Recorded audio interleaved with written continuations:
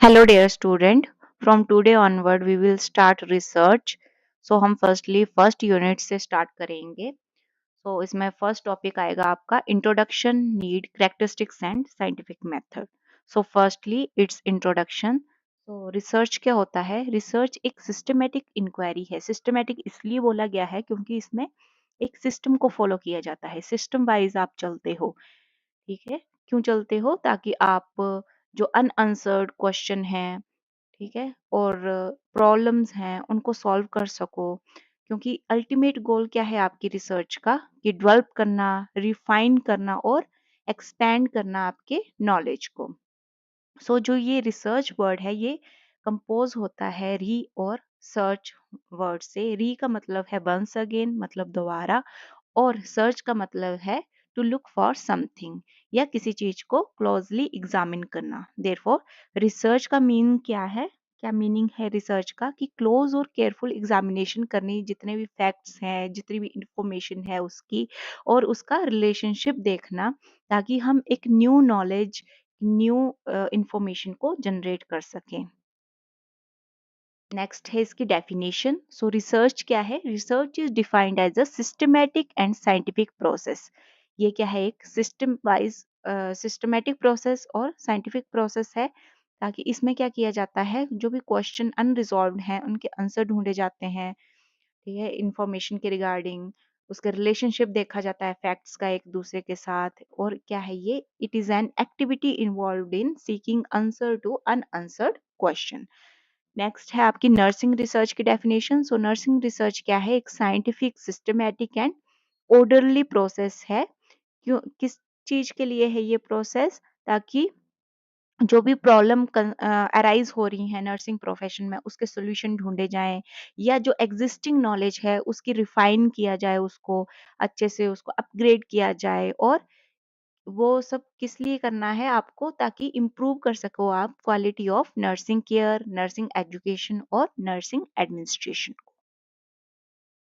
Next हम discuss करेंगे इसकी डेफिनेशन के रिगार्डिंग. जनरल टर्म में अगर हम देखें तो रिसर्च क्या है? रिसर्च का मतलब है कि क्लोज एंड केयरफुल एग्जामिनेशन करनी फैक्ट्स की और उनके बीच का रिलेशनशिप को डिस्कवर करना, ताकि हम न्यू नॉलेज को जनरेट कर सकें. ठीक है, तो रिसर्च क्या है? एक प्लान्ड, सिस्टमैटिक और साइंटिफिक प्रोसेस है जिसमें हम जो भी फैक्ट्स हैं, जो भी इंफॉर्मेशन हमने कलेक्ट की है उनके आंसर को ढूंढते हैं. ठीक है, जो भी क्वेश्चन अराइज हो रहे हैं हमारे दिमाग में, तो उसके बारे में हम फर्दर इंक्वायरी करते हैं ताकि हमें उनके आंसर मिल सके. मेनली ये क्या है? एक एक्टिविटी है जिसमें हम अनआंसर्ड क्वेश्चन के आंसर ढूंढते हैं. ठीक है, नेक्स्ट है नर्सिंग रिसर्च. अब नर्सिंग रिसर्च क्या होगी? ये भी एक साइंटिफिक, सिस्टमैटिक और ऑर्डर वाइज प्रोसेस है जिसमें हम, नर्सिंग वर्ड ऐड हुआ है तो इसमें क्या ढूंढेंगे हम?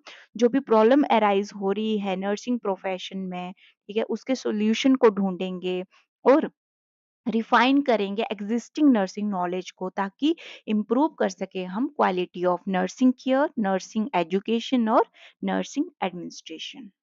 नेक्स्ट है इसकी नीड. नीड क्यों पड़ी हमें नर्सिंग रिसर्च की? एक तो क्या करना है हमें? सबसे पहले डेवलप करना है, रिफाइन करना है और एक्सटेंड करना है हमारा नॉलेज. ठीक है, नेक्स्ट है हमारी प्रोफेशनल नॉलेज ग्रोथ के लिए, ताकि हम प्रोफेशनली और ज़्यादा कॉम्पिटेंट बन सकें. ठीक है, अपना एनहांस कर सकें नॉलेज, प्रोफेशनल नॉलेज. नेक्स्ट है एविडेंस बेस्ड नर्सिंग प्रैक्टिस, ताकि हम क्या प्रोवाइड कर सके? एक प्रूफ बेस्ड, जो भी हम प्रैक्टिस कर रहे हैं पेशेंट के ऊपर उसका हमारे पास प्रूफ हो, है ना, कि इससे क्या होगा? पेशेंट के लिए फायदा हो. ठीक है, तो evidence based nursing practice provide करने के लिए. नेक्स्ट है continue growth of nursing profession. इसके साथ क्या होगा? आपकी प्रोफेशन के भी ग्रोथ होगी, कंटिन्यू होगी ग्रोथ. क्यों होगी ग्रोथ? क्योंकि हम अपना नॉलेज को एक्सपेंड कर रहे हैं. ठीक है, एक्सपेंड कर रहे हैं नॉलेज. नेक्स्ट है refine and eliminate old knowledge. जो ओल्ड नॉलेज, एग्जिस्टिंग नॉलेज है, उसको क्या करना है? उसको रिफाइन करना दोबारा से उसको. ठीक है, रिफाइन करना और एलिमिनेट करना. जो यूजफुल नॉलेज नहीं है उसको एलिमिनेट करना, और जो यूजफुल है उसको और ज़्यादा रिफाइन करके एनहांस करना अपना नॉलेज भी, ताकि हम पेशेंट की अच्छे से केयर कर सकें. द नेक्स्ट है एनहांस एक्यूरेसी एनहांस एक्यूरेसी किस तरीके से एनहांस कर सकते हैं, क्योंकि एजुकेशन और एडमिनिस्ट्रेशन दोनों में इसका फायदा है नर्सिंग रिसर्च का, ठीक है। तो इससे क्या होगी, एक्यूरेसी भी एनहांस होगी। नेक्स्ट है develop and refine nursing theories, जो एग्जिस्टिंग नर्सिंग थ्योरीज हैं उनको या तो हम और डेवलप करने के लिए हेल्प मिलता है इससे, या जो एग्जिस्टिंग थ्योरीज हैं उनको हम और ज्यादा रिफाइन कर सकते हैं, ठीक है। नेक्स्ट है सॉल्व द प्रॉब्लम। प्रॉब्लम किस तरीके से सॉल्व होगी, जैसे मैंने आपको पहले भी बोला, जो अनआंसर्ड क्वेश्चन है उसके हम सॉल्यूशन ढूंढेंगे, उसके आंसर ढूंढेंगे, रिलेटेड टू नर्सिंग प्रैक्टिसेस हो गया, या नर्सिंग एजुकेशन के रिगार्डिंग हो गया, या नर्सिंग एडमिनिस्ट्रेशन के रिगार्डिंग। ओके, ये हो गया आपके नीड। नेक्स्ट है करेक्टरिस्टिक्स ऑफ गुड रिसर्च। सो इसकी फर्स्ट करेक्टरिस्टिक है ऑर्डरली एंड सिस्टमैटिक प्रोसेस। सो एक अच्छी रिसर्च जो होगी वो वेल प्लान्ड होनी चाहिए, वेल स्ट्रक्चर्ड होनी चाहिए, और उसका एक लॉजिकल सीक्वेंस होना चाहिए, ताकि आप एक स्पेसिफिक आउटकम जो है वो अचीव कर सको, ठीक है। नेक्स्ट है based on current professional issues. जो भी आप रिसर्च करो वो करंटली जो इशू चला हुआ है, प्रोफेशनल इशू चला हुआ है, उसके ऊपर बेस्ड होनी चाहिए, ताकि जो भी करंट प्रोफेशनल कंसर्न है उसके रिगार्डिंग आप अप टू डेट रहो, उसके रिगार्डिंग जो भी क्वेश्चन हो उसके आंसर ढूंढ पाओ, और उसके सॉल्यूशंस जो हैं वो रेडी हो आपके पास। नेक्स्ट है begin with clearly defined purpose. मतलब जब भी आप कोई रिसर्च कंडक्ट करो तो उसका एक स्पेसिफिक पर्पस होना चाहिए, उसका एक ऑब्जेक्टिव होना चाहिए। अगर आपको क्लैरिटी ही नहीं है कि आप अचीव क्या करना चाहते हो, आपके ऑब्जेक्टिव क्या है जो आप एंड में अचीव करोगे, तब आप एक अच्छी रिसर्च नहीं कर सकते। नेक्स्ट है emphasize to develop refine and expand professional knowledge। आप जब भी रिसर्च कर रहे हो तो वो इस तरीके से होनी चाहिए कि आपका जो मेन पर्पस है कि ताकि आप न्यू नॉलेज डेवलप कर सको, रिफाइन कर सको एग्जिस्टिंग नॉलेज को, और अपने नॉलेज को एक्सपेंड कर सको।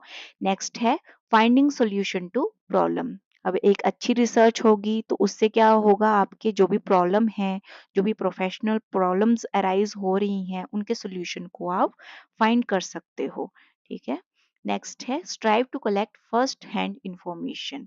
इसमें क्या होगा, आप डायरेक्टली जो डाटा है वो डायरेक्टली आप जो भी सब्जेक्ट होंगे उनसे कलेक्ट कर रहे हो, जैसे कि क्वेश्चनिंग के थ्रू, इंटरव्यू के थ्रू, ऑब्जर्वेशन के थ्रू, तो इससे क्या होगा, आपको फर्स्ट हैंड इंफॉर्मेशन जो है वो कलेक्ट कर सकते हो।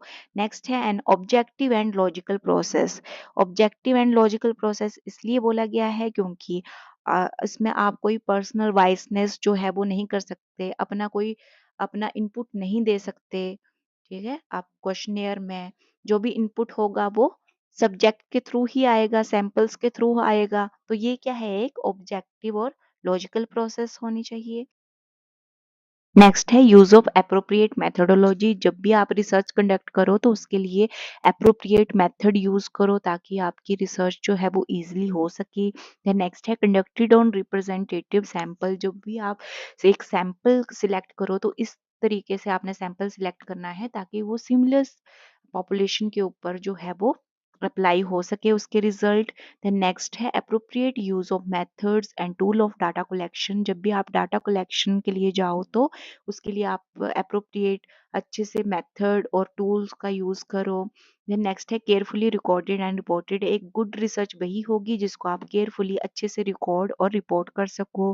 Then researcher expertise, interest, motivation and courage, ये भी इम्पैक्ट करता है आपकी रिसर्च को। अगर रिसर्चर की एक्सपर्टीज नहीं होगी, उसका इंटरेस्ट नहीं होगा, मोटिवेशन नहीं होगा, करेज नहीं होगा, तो वो एक अच्छी रिसर्च नहीं कर पाएगा। वही अगर एक रिसर्चर जो है वो फुली मोटिवेटेड है, फुली इंटरेस्टेड है अपनी रिसर्च के लिए, तो उसकी रिसर्च के आउटकम भी गुड आएंगे। नेक्स्ट है पेशेंटली कैरीड आउट एक्टिविटी। एक अच्छी रिसर्च वही होगी जिसको आप हरी में नहीं करो, है ना। इस क्योंकि रिसर्च, एक अच्छी रिसर्च के लिए आपको टाइम की जरूरत भी पड़ेगी, पेशेंस की जरूरत भी पड़ेगी, तो उसके लिए क्या है, आपको पेशेंस होना बहुत ज़्यादा जरूरी है। देन नेक्स्ट है एडुकेटली कम्युनिकेटेड। अच्छी रिसर्च वही होगी जिसके आप रिजल्ट को अच्छे से कम्युनिकेट कर पाओ, ठीक है, जनरेट कर पाओ, उसको अप्लाई कर पाओ आगे। नेक्स्ट हम डिस्कस करेंगे साइंटिफिक मेथड के रिगार्डिंग। सो साइंटिफिक मेथड क्या है? ये कंट्रोल सिस्टमेटिक इन्वेस्टिगेशंस हैं जो मेनली रूटेड हैं ऑब्जेक्टिव रियलिटी के ऊपर। मींस जो एग्जिस्ट करता है इंडिपेंडेंटली ऑफ ह्यूमन परसेप्शन और ऑब्जर्वेशन, और जिसका एम है टू डेवलप करना general knowledge about natural phenomena, मतलब जो नेचुरली प्रेजेंट है विदाउट एनी ह्यूमन इंटरवेंशन, उसके रिगार्डिंग नॉलेज जो है वो जनरेट करना या डेवलप करना। नेक्स्ट है इसके पर्पस। सो बेसिक पर्पस है साइंटिफिक मेथड का डिस्क्राइब करना, एक्सप्लोर करना, एक्सप्लेन करना, प्रिडिक्ट करना, कंट्रोल करना और आइडेंटिफाई करना रिलेशनशिप फैक्ट्स के बीच में। देन है आपके स्टेप्स ऑफ साइंटिफिक मेथड। सो कौन कौन से स्टेप्स जो हैं वो फॉलो होंगे साइंटिफिक मेथड या अप्रोच के लिए? तो मेन स्टेप इसमें आते हैं। फर्स्ट आता है सिलेक्टिंग द रिसर्च प्रॉब्लम। सबसे पहले तो आप प्रॉब्लम स्टेटमेंट जो है वो उसको सिलेक्ट करोगे कि आप करना क्या चाहते हो। देन उसके बाद आप डिफाइन करोगे उसके ऑब्जेक्टिव, स्टडी ऑब्जेक्टिव अपने, कि आप अचीव क्या करना चाहते हो, एट द एंड आपको क्या आउटकम चाहिए, क्या आप अचीव करना चाहते हो किसी अप्रोच के थ्रू। देन नेक्स्ट है रिव्यू द लिटरेचर। मींस उसके रिगार्डिंग जो भी आपने प्रॉब्लम स्टेटमेंट सेलेक्ट की है उसके रिगार्डिंग आप जर्नल देखोगे, आर्टिकल्स देखोगे, न्यूज़पेपर में देखोगे, बुक्स में देखोगे, ठीक है, लिटरेचर देखोगे फर्दर, उसके बारे में फर्दर स्टडी करोगे ताकि आप इन डेप्थ उसके बारे में नॉलेज को असेस कर सको। देन नेक्स्ट है defining concept and variable to be studied. अब जो जो वेरिएबल्स आ रहे हैं आपके प्रॉब्लम स्टेटमेंट में, या जो जो कंसेप्ट आ रहे हैं आपके, जो भी आपने प्रॉब्लम स्टेटमेंट ली है उनको डिफाइन करोगे, उसके बारे में फर्दर देखोगे, उसके डिफाइन करोगे। देन नेक्स्ट है ना, आप डिफाइन करोगे कंसेप्ट्स और वेरिएबल जो भी आ रहे हैं आपकी प्रॉब्लम स्टेटमेंट में, ठीक है, उनको आप डिफाइन करोगे। उसके बाद आप एक हाइपोथेसिस, अब एक टेंटेटिव प्रेडिक्शंस दोगे कि आप क्या ऑब्जर्वेशन स्टडी करने वाले हो, क्या आप एक्सपेक्ट करते हो अपने ऑब्जर्वेशन से। उसके बाद आप अजम्पशंस बनाओगे, आइडेंटिफाई करोगे और इम्प्लीकेशंस दोगे अपनी स्टडी की। उसके बाद आप इथिकल इम्प्लीकेशंस जो हैं उनको देखोगे कि आपकी स्टडी में क्या क्या इथिकल इम्प्लीकेशन। उसके बाद आप इथिकल इम्प्लीकेशन डिटरमाइन करोगे। मींस इथिकल इम्प्लीकेशंस में आप देखोगे कि आपने इन्फॉर्म्ड कंसेंट लेना है, कॉन्फिडेंशियलिटी मेंटेन करनी है, जो भी सब्जेक्ट इन्वॉल्व होंगे उनको हार्म जो है वो मिनिमाइज करना है, इंटीग्रिटी मेंटेन करनी है, इन सभी को डिटरमाइन करोगे अपनी स्टडी के अंडर। उसके बाद आप रिसर्च डिज़ाइन को, जो भी आपने लिया है उसको डिस्क्राइब करोगे और अपने डाटा कलेक्शन मेथड को भी डिस्क्राइब करोगे। उसके बाद आप स्टडी पॉपुलेशन, जो आपने पॉपुलेशन ली है उसको डिफाइन करोगे और सैंपल को भी, सैंपल साइज भी देखोगे कि आप कितना सैंपल साइज जो है वो इंक्लूड करना चाहते हो अपनी स्टडी में। उसके बाद आप प्लान करोगे डाटा एनालिसिस के लिए। डाटा एनालिसिस प्लान करने के बाद आप कलेक्ट करोगे डाटा सब्जेक्ट से। जैसे ही डाटा कलेक्ट हो गया सब्जेक्ट से, उसके बाद आप उसको एनालाइज करोगे और इंटरप्रेट करोगे ताकि उसका आप न्यूमेरिकल फॉर्म में डाटा को प्रेजेंट कर सको, आगे कम्युनिकेट करने में जो हेल्प करता है। लास्ट में आप क्या करोगे, कम्युनिकेट कर दोगे अपनी फाइंडिंग जर्नल के थ्रू या आर्टिकल्स के थ्रू सभी को। तो ये थे आपके स्टेप साइंटिफिक मेथड की, और ये डिपेंड करता है कि आप स्टडी कौन सी कर रहे हो, इधर आप क्वालिटेटिव स्टडी कर रहे हो या क्वांटिटेटिव अप्रोच को यूज कर रहे हो, ये उसके ऊपर डिपेंड करते हैं। Thank you so much for watching.